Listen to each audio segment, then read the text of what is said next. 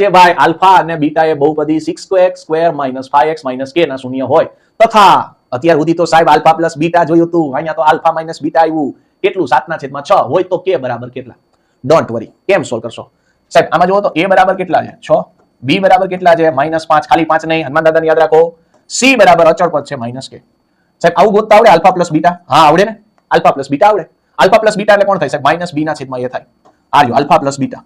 આ માઇનસ ના minus b એટલે કોણ છે સાહેબ? Already minus. જો પેલા સૂત્રની સાઈન હોય ને તો લખી જ નાખવાની, કોઈ દી ભૂલ ન પડે. અને b એટલે કોણ છે સાહેબ? -5.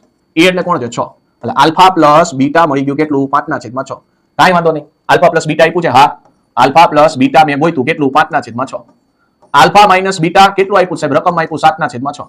બેનો લોપ કરી નાખો એટલે અહીંથી બીટા જતા રહ્યા, મળ્યા કેટલા? 2 આલ્ફા. અને આનો સરવાળો કેટલો થાય? છેદ 2 માં હરખો છે. હા તો ખાલી અંશનો સરવાળો થાય 7 ને 5 12.